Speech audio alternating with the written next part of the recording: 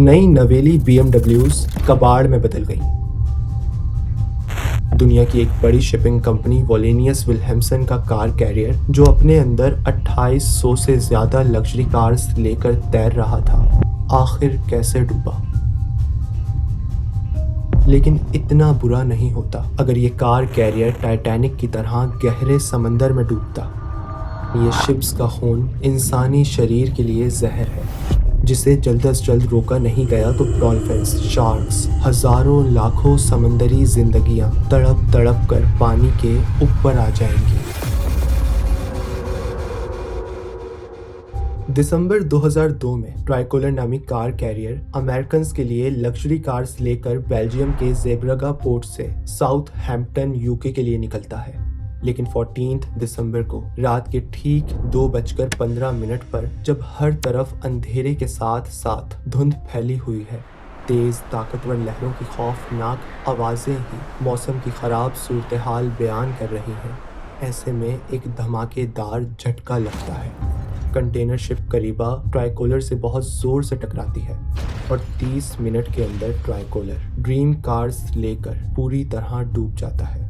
इसमें मौजूद 24 crew members सही एक्शंस और ट्रेनिंग्स की वजह से बच जाते हैं। आप सोच रहे होंगे कि बहुत बुरा हुआ, लेकिन इतना बुरा नहीं होता अगर ये कार कैरियर टाइटैनिक की तरह गहरे समंदर में डूबता।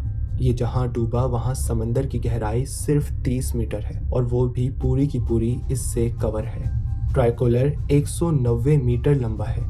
इस लंबाई में दुनियावी तारीख का सबसे बड़ा एयरक्राफ्ट एंटोनव An-225 मिरेया 2 बार आराम से फिट हो जाए। नॉर्थ सी की ये जगह गहराई में भले ही कम हो, लेकिन दुनिया की one of the busiest shipping लेन है। हर रोज यहाँ से कार्गो शिप्स गुजरती हैं।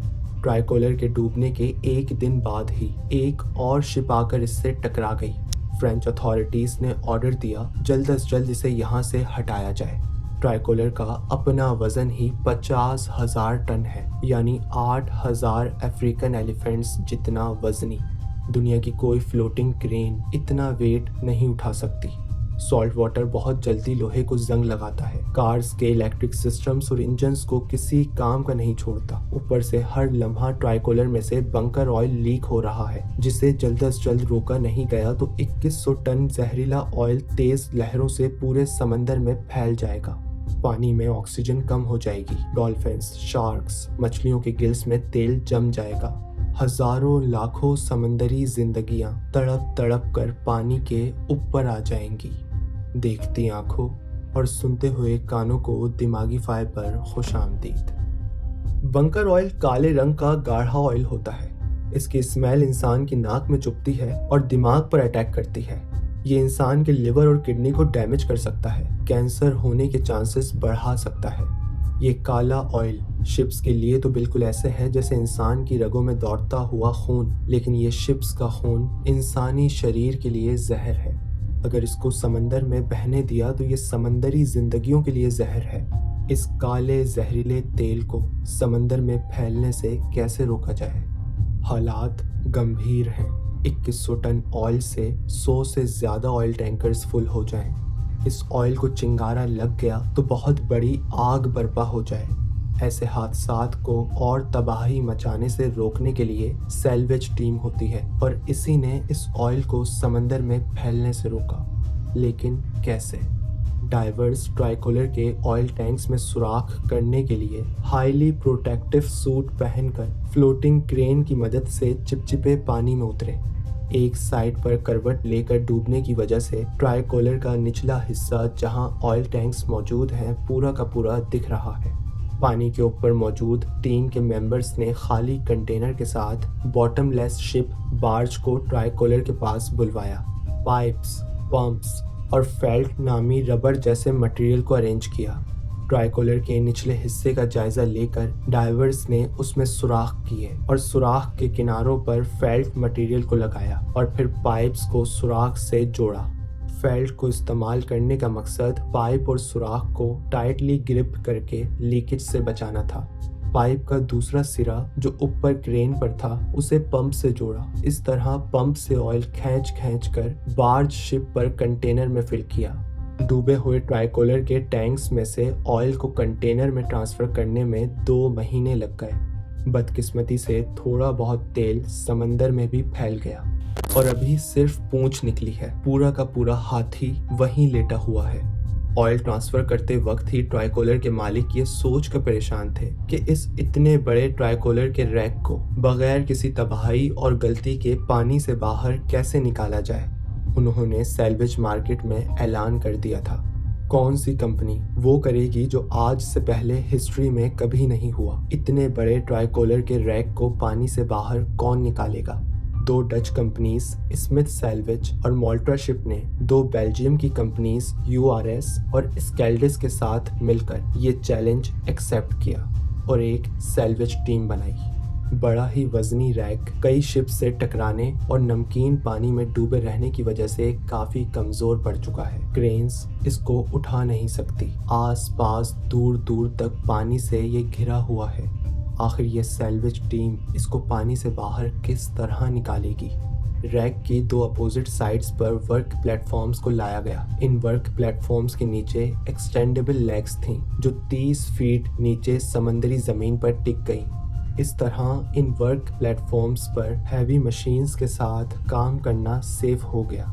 इंजीनियर्स के काफ़ी सोच विचार करने के बाद ये तय पाया कि इस 190 मीटर लंबे और 32 मीटर चौड़े रैक को 9 पीसेस में कट करना पड़ेगा। फिर एक एक पीस को क्रेन से लिफ्ट करके पानी से बाहर निकालना पड़ेगा। लेकिन काश इसको कट करना आसान होता। रैक बड़ा लंबा और चौड़ा होने के साथ साथ समंदर में डूबा हुआ है। इसको 9 पीसेस में वीडिया के बगैर कभी कट नहीं किया जा सकता था। दोनों वर्क प्लेटफॉर्म्स पर बड़ी बड़ी विंचेस को सेट किया गया जिस पर मोटा सा वायर लिपटा हुआ था। ये वायर एक खास वायर था। इस पर वीडिया की कोटिंग हुई थी। वीडिया डायमंड जितनी सख्त होती है। ये एक ऐसी खास स्टील है जो कई तरह की स्टील से मिलकर बनती है। इंजीनियर्स इस वीडिया से बनी कटिंग वायर को एक विंच पर लपेटकर पानी में मौजूद रैक के नीचे से गुजारकर दूसरे वर्क प्लेटफॉर्म पर मौजूद विंच पर दोबारा लपेटने वाले थे। इस तरह विंचेस की मदद से ये तेज तेज वायर को आगे पीछे करके रैक को नीचे से ऊपर तक काटते। लेकिन वायर पानी में डूबे हुए 32 मीटर चौड़े रैक के नीचे से कैसे गुजरेगा। फ्लेक्सिबल ड्रिल से रैक के नीचे समंदरी जमीन में ड्रिलिंग की गई। जैसे ही ड्रिल दूसरी तरफ से बाहर आई तो उसे होलो ट्यूब के साथ जोड़ा गया और फिर ड्रिल को वापस खींच लिया गया। इस होलो ट्यूब में से कटिंग वायर को गुजारकर दूसरी तरफ वाले वर्क प्लेटफॉर्म पर मौजूद विंच पर लपेट दिया गया। दोनों विंचेस को अपोजिट डायरेक्शन में घुमाकर वायर को टाइट किया गया और फिर विंचेस के जरिए वायर को तेजी के साथ आगे पीछे करके कटिंग शुरू कर दी। रैक तो कटना शुरू हो गया लेकिन रैक का हर कट होने वाला पीस बहुत वजनी होने वाला था। उसको एक फ्लोटिंग क्रेन से लिफ्ट करना नामुमकिन था। ऊपर से इंजीनियर्स ये सोचने पर मजबूर थे कि क्रेन के लिफ्टिंग केबल्स को कटे हुए रैक में अटकाएंगे कहाँ, वो भी इतनी मजबूती से कि उठाते वक्त केबल निकल ना पाए, टूट ना पाए। रैक सीधा कट रहा है या नहीं ये देखने के लिए कटिंग के दौरान ही डाइवर्स बार बार जाकर वीडिया वायर की डायरेक्शन चेक करते रहते थे। इस वक्त इनके कंधों पर कैमरे और हेलमेट्स में माइक्स होते थे। कैमरे की मदद से टीम के दूसरे मेंबर्स ट्राइकोलर के कटने वाले पीस का मुआयना करके ये डिसाइड करते थे कि कहाँ कहाँ लिफ्टिंग फ्रेम्स लगने चाहिए। फिर डाइवर्स इन खास जगहों पर स्पेशल टूल्स इस्तेमाल करके लिफ्टिंग फ्रेम्स को वेल्ड करते। लोहे के यू शेप के हुक्स से इन लिफ्टिंग फ्रेम्स को लिफ्टिंग केबल्स के साथ जोड़ा जाता। कटने वाले रैक पीसेस को एक एक करके पानी से बाहर निकालने के लिए दुनिया की 2 सबसे बड़ी फ्लोटिंग क्रेन्स को बुलाया गया। लेकिन वर्क प्लेटफॉर्म्स को इन पर काम करने वाले लोगों को खतरा है क्योंकि कटे हुए रैक पीस को उठाते वक्त उसका वजन इन दोनों क्रेन्स पर बिल्कुल बराबर होना बहुत ज़रूरी है। अगर एक पर भी ज़्यादा वजन आ गया तो वो क्रेन उसी वक्त उलट जाएगी। गलती की कोई गुंजाइश नहीं है। टीम का हर मेंबर रैक को बाहर निकलते हुए देखने के लिए उतावला है, लेकिन ये काम बहुत ही ध्यान के साथ आराम से करना बहुत ज़रूरी है। 6 महीनों के बाद ट्राइकोलर का रैक बहुत ही आहिस्ता आहिस्ता ऊपर आ रहा है। रैक में से पानी समंदर में गिर रहा है। जैसे जैसे रैक पानी से ऊपर उठता जाता है, flat bottom ship barge rack के नीचे आती है और फिर आराम से बिल्कुल प्यार से रैक को बार्ज पर रख कर बेल्जियम में स्क्रैप के लिए भेज दिया जाता है।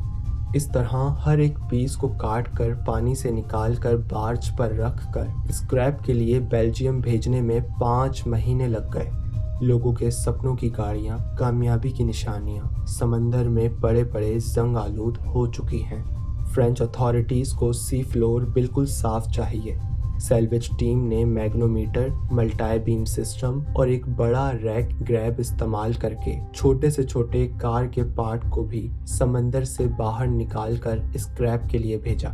पूरा 1.5 साल लग गया इस रैक को पानी से बाहर निकालने में। इंसानी चाहतें तो डूबकर खराब हो चुकी थी, लेकिन इंसानियत नहीं। अपने नुकसान, वक्त, परेशानी को साइड पर रखकर बेजुबान समंदरी जानवरों की जिंदगियों के बारे में पहले सोचा गया। भले ही 2 महीने लगे, लेकिन सर्दी के मौसम में बगैर रुके जल्द अज जल्द ऑयल को समंदर में फैलने से रोका गया। समंदर, समंदरी जानवर और इस दुनिया को अपना समझा गया। इंसानों ने इंसानियत दिखाकर खुद को इंसान साबित किया। आपसे फिर मुलाकात होगी एक नई वीडियो में शानदार टॉपिक के साथ।